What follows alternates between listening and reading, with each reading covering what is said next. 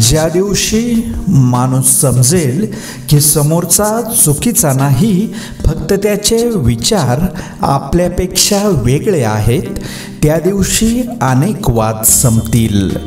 पुस्तकाच्या पलटणाऱ्या पानांपेक्षा आयुष्याची पलटणारी पानं ही खूप काही शिकून जात असतात.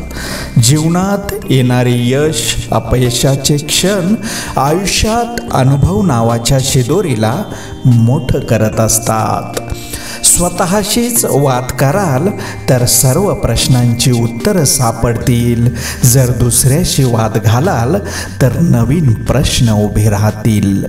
आपल्यासोबत दुसऱ्याचंही चांगलं व्हावं अशी मानसिकता ज्यांची असते ना, त्यांना आयुष्यात काहीही कमी पडत नाही. माणुसकी ही अशी जादू आहे जी बघितली तरच दिसते, दाखवली तरच भेटते, केली तरच कळते, मानली तरच मिळते आणि ओळखली तरच शेवटपर्यंत टिकते. वाईटाची संगत ही नेहमी नुकसानकारकच असते, मग ती कशीही असो. कारण कोळसा पेटलेला असतो तेव्हा हात भाजतो आणि पेटलेला नसतो तेव्हा हात काळे करतो. बिरबल बुद्धिमान होता तरीही तो राजा होऊ शकला नाही.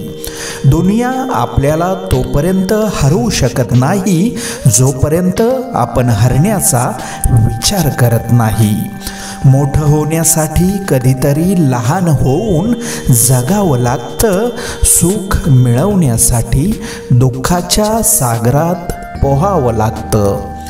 दगडात एक कमतरता आहे की तो कधी वितळू नाही शकत, पण एक चांगलेपणा आहे की तो कधी बदलत नाही. गरुडासारखे उंच उडायचे असेल तर कावळ्यांची संगत सोडावी लागते. पांढरे शुभ्र कपड्यातील बेईमानीपेक्षा मळलेल्या कपड्यातील इमानदारीचा रंग रुबाबदार असतो. गरजेच्या वेळी सुकलेल्या ओठातून नेहमी गोड शब्द बाहेर पडतात, पण एकदा तहान भागली की पाण्याची चव आणि माणसाची नियत दोन्ही आपोआप बदलते. आयुष्यात भावना महत्त्वाच्या. जर आपण प्रतिसाद दिला तर त्या वाढतात, जर आपण दुर्लक्ष केले तर त्या मरतात, आणि जर आपण आदर केला तर त्या कायम टिकून राहतात. कितीही मोठी चूक करा, सगळे सोडून जातील, पण फक्त कुटुंबच सोबत असते प्रत्येक परिस्थितीत. वेदनांच्या ओझ्यासकट ज्याला खळखळून असता येतं त्याच्यासारखा जादूगार जगात दुसरा कोणीच नसतो. कधी अडल्या नडल्याची हाक तुमच्यापर्यंत पोहोचत असेल तर ईश्वराचे आभार माना, कारण तो समर्थ असतानाही इतरांच्या मदतीसाठी त्याने तुमची निवड केली आहे.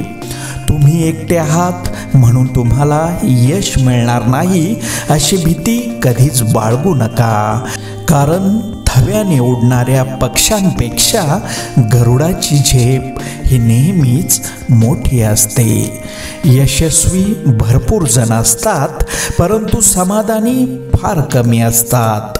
यश हा जरी तुमच्या कर्तृत्वाचा विजय असला तरीही समाधान हा तुमच्या मनाचा विजय असतो, हे नेहमीच लक्षात ठेवा.